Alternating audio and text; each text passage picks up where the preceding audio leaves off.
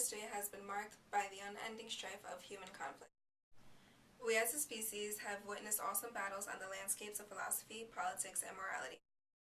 Many millions have perished along the way at the heights of these deadly dialogues that seem to hold so much sway over humanity. We may pause to ask ourselves every now and then, is there something dark at work in the human heart and soul? Something that we have not yet come to understand as a race? Is it in our nature to destroy ourselves? In light of the mass suffering and destruction seen in the 20th century alone, it is easy to assume how the verdict reads. And yet we still continue in our ways, often to the thunder of our own applause. The latter half of the 20th century witnessed the continuation and conclusion of a conflict that began many years earlier in the troubled psyche of mankind. It was a time of universal enthusiasm as the spirit of progress and triumph was narrated by the leaders of the Western world, culminating in a glorious end of history. The Cold War was the ongoing tension between the United States of America and the Soviet Union. Although referred to as the Cold War, it was more of a competition of military, technology, and economic status. Although the United States and the USSR were allies in World War II, the two countries disagreed about capitalism and communism, and also the post-war plans for Europe, and tension began brewing. Yeah. The countries battled by aiding easily influenced developing countries in hopes of gaining allegiance and preventing the spread of either communism or capitalism.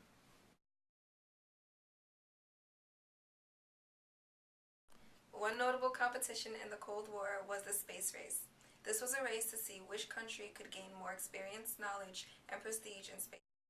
Although the space race caused extreme excess of spending, it emphasized and increased the importance of education and technology.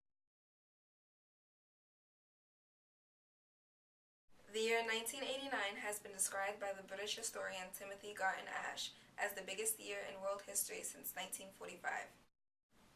It changed everything. 20 years earlier, the broad consensus for such praise was affirmed in the immediate aftermath of the collapse of the Soviet Empire in Eastern Europe.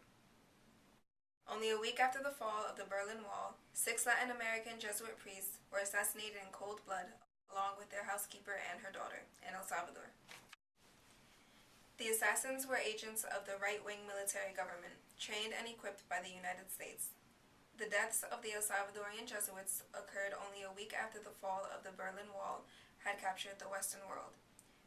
There were praises on an unprecedented scale, all in honor of the collapse of a relentless tyranny, all in celebration of the liberation of Eastern Europe. The threat of force had been overcome by the unstoppable spirit of human liberation. No such praises were concurrent with the developments in Central America. The 1989 assassinations of the Jesuit priests could not demonstrate this more fully. In their efforts to call attention to the institutional roots of their people's abject suffering, they were silenced forever, their deaths now a shamefully faint memory. Among the murdered priests was Ignacio Ellacuria, a prominent Latin American intellectual and dissident, as well as the rector of the Jesuit University. At the heart of his core convictions, there was a courageous will to express the deepest truth, uninhibited by the threat of unyielding terror.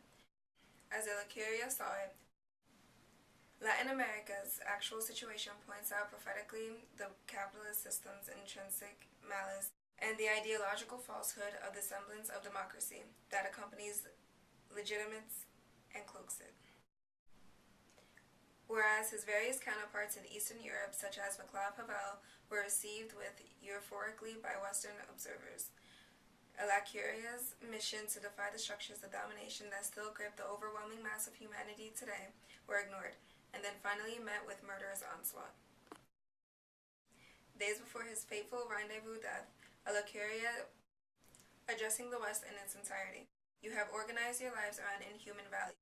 They are inhuman because they cannot be universalized. The system rests on a few using the majority of the resources, while the majority can't even cover their basic necessities. It is crucial to define a system of values and a norm of living that takes into account every human being." The priests aforementioned murderers were soldiers of the elite Atlacatl Battalion. America's Watch noted that it was created, trained, and equipped by the United States, whose soldiers professionally obeyed orders from their offenders to kill the Jesuit in cold blood. 9 years earlier, the same fate had been visited upon Archbishop Oscar Romero, silenced for being the voice of those without a voice. In the words of Romero's successor, Archbishop Otero Rivera y demás. As America's Watch observed, the decade of the 1980s leading up to the liberation of Eastern Europe was circumscribed symbolically in Central America by these two events: the murder of Archbishop Romero in 1980 and the slaying of the Jesuits in 1989. Mere footnotes in a horrific legacy of mass murder, ruthless suppression spanning the accumulation of hundreds of thousands of corpses along the way.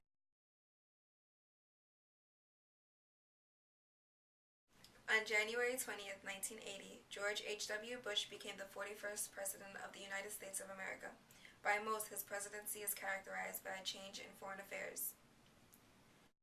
Early in his term, President Bush was received with high approval ratings after ordering military operations in Panama and the Persian Gulf. Panamanian leader Manuel Noriega was once an American ally, but it became clear that he had turned. This invasion violated former treaties, but the country agreed that it was necessary for security reasons. Americans feared being spied on by Fidel Castro, and Panama was being used to traffic drugs into the United States. Operation Just Cause was successful in removing Manuel Noriega from power and allowing the leader who had been elected Democratic, Guillermo Andorra, to assume the role as president. The Bush administration was able to facilitate charging the former leader Noriega with drug trafficking and imprisoned him.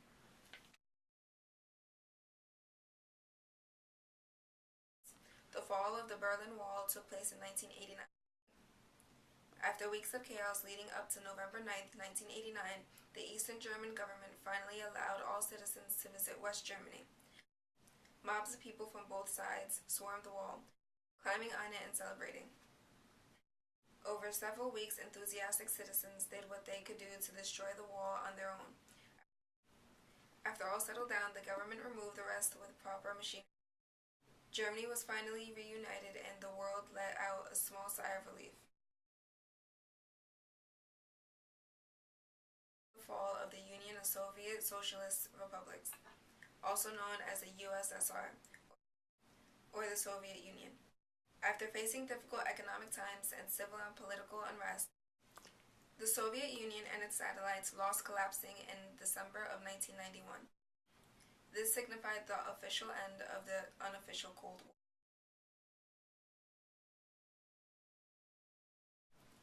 Another part of foreign policy that President Bush had a big part in was the North American Free Trade Agreement, or NAFTA. NAFTA is an agreement between the leaders of Canada, Mexico, and the United States that lifted barriers among the countries that signed it. Even before NAFTA, the three countries traded with each other, but were subject to tariffs. Since labor in Mexico was very cheap, people in the United States with jobs in manufacturing feared they would lose their jobs to outsourcing.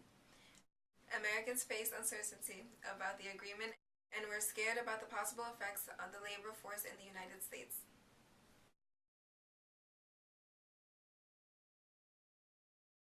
On Wednesday, January 21st, 1993, William Jefferson Clinton was inaugurated 42nd President of the United States of America.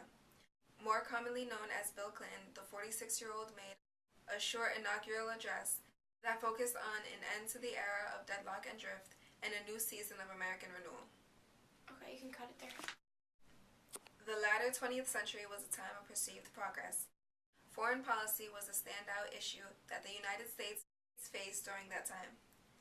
Whether Vietnam, the USSR, Panama, or any other country, the United States made many controversial decisions that took a lot of heat from the general public.